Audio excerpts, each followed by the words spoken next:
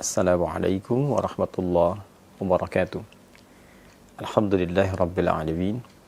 Wassalatu wassalamu ala rasulillahil karim wa ala alihi wa sahbihi ajma'in wa ba'd. Saudara-saudariku, kita sangat bersyukur pada Allah Subhanahu wa ta'ala diberikan kesempatan untuk mengoptimalkan ibadah di bulan Ramadan.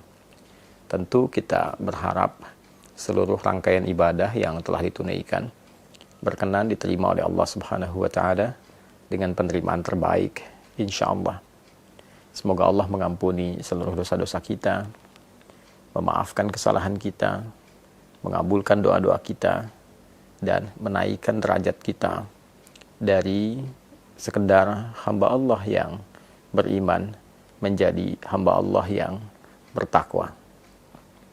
Saudara-saudariku, alhamdulillah setelah kita menuntaskan siam Ramadan, kita memasuki bulan baru di tanggal yang baru dan tentunya dengan rangkaian-rangkaian ibadah sunnah khususnya yang menyertai dan tidak ditemukan di waktu-waktu yang lain. Syawal adalah bulan spesial saat hari pertamanya selain melepaskan kita dengan rangkaian ibadah Ramadan, juga menghadirkan rangkaian ibadah sunnah-sunnah yang hanya ditunaikan di waktu itu saja. Mulai dari sholat Idul Fitri di hari yang pertama, memperbanyak takbir, membangun dan mengeratkan silaturahim, dan disusul pada hari-hari berikutnya dengan menu-menu sunnah yang tentu melahirkan keistimewaan yang tidak sama dengan waktu-waktu lainnya. Alhamdulillah, ada satu informasi penting yang disampaikan oleh sahabat Abu Ayyub Al-Ansari radhiyallahu ta'ala anhu, yang informasi ini dirangkum oleh Imam Muslim rahimahullah dalam kitab beliau Sahih Muslim nomor hadis 1164. Informasi ini bersambung hingga ke Rasulullah SAW saat beliau bersabda, "Man shama Ramadana wa atba'ahu sittan bin Syawal faka'annama yasumud dahra." Siapapun yang menunaikan puasa Ramadan.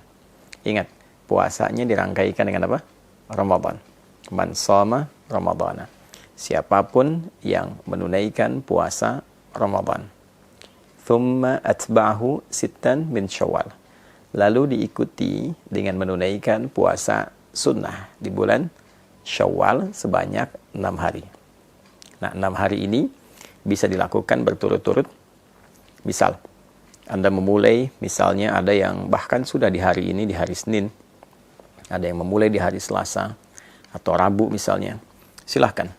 Bisa dilakukan berturut-turut. Kalau Anda mulai di hari Senin, saat ini sudah dilakukan misalnya, alhamdulillah, maka Senin, Selasa, Rabu, Kamis, Jumat, Sabtu.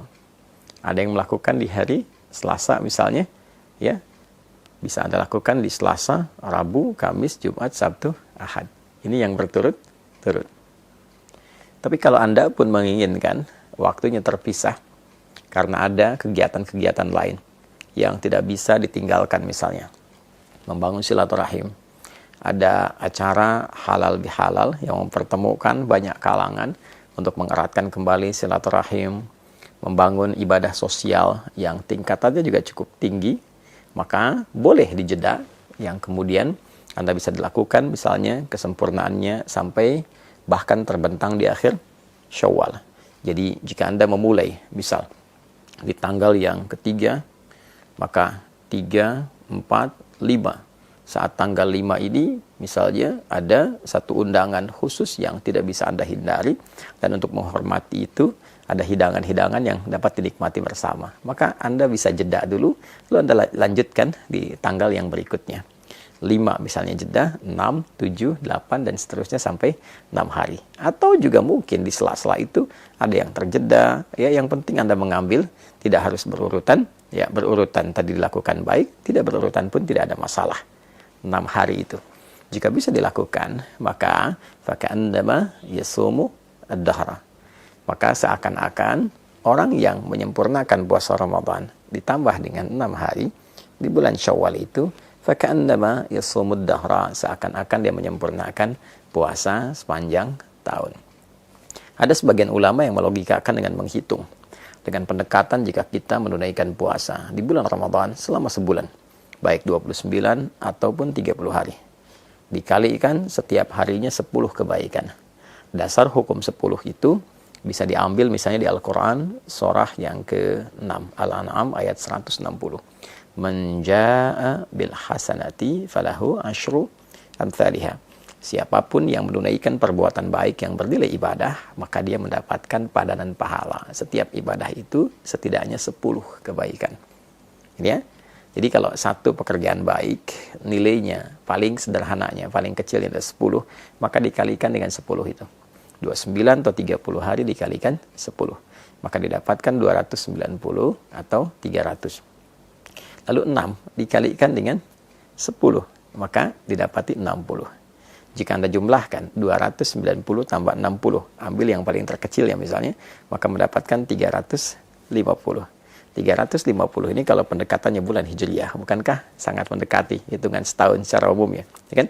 350 sekian.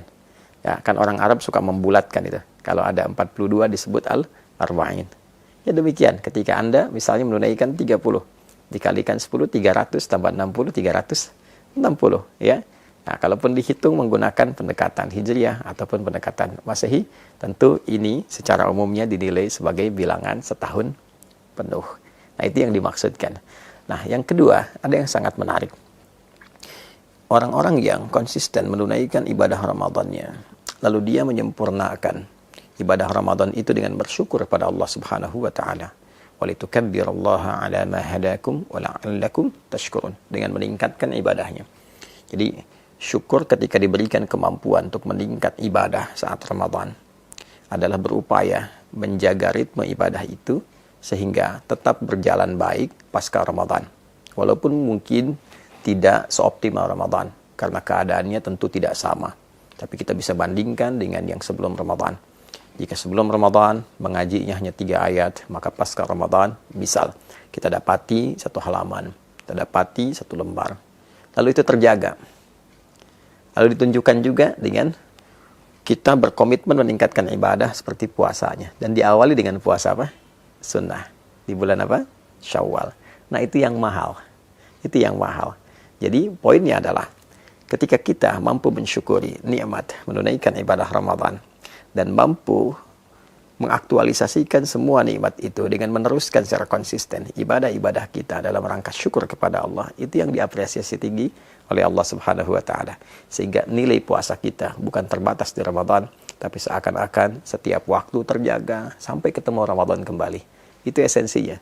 Jadi bukan sekedar tambah 6 dihitung, apalagi kalau menggunakan satu pendekatan yang tidak keren. Karena ada perbedaan 29-30, maka saling memperbincangkan ini yang sempurna, ini yang setahun, yang tidak. Bukan. Esensinya bukan itu.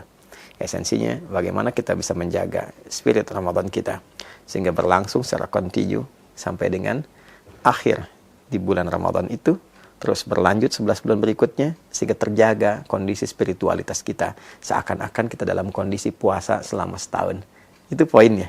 Ya, jadi memahami makna secara real, memahami lafzi tadi, memahami makna secara kontekstual. Ada yang tekstual, ada yang kontekstual. Kalau kita padukan keduanya, secara tekstual, pahalanya seakan-akan didapati selama setahun. Secara kontekstual, dia terjaga selama setahun dengan spirit puasanya. Dia meningkat ibadah, dia menghindari dosa, sampai dia bertemu Ramadan berikutnya. Kalau mampu dilakukan seperti itu, maka ada kebanggaan saat dia pulang menghadap Allah Subhanahu wa ta'ala.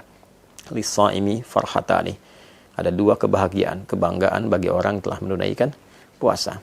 Farhatun 'inda yuftir.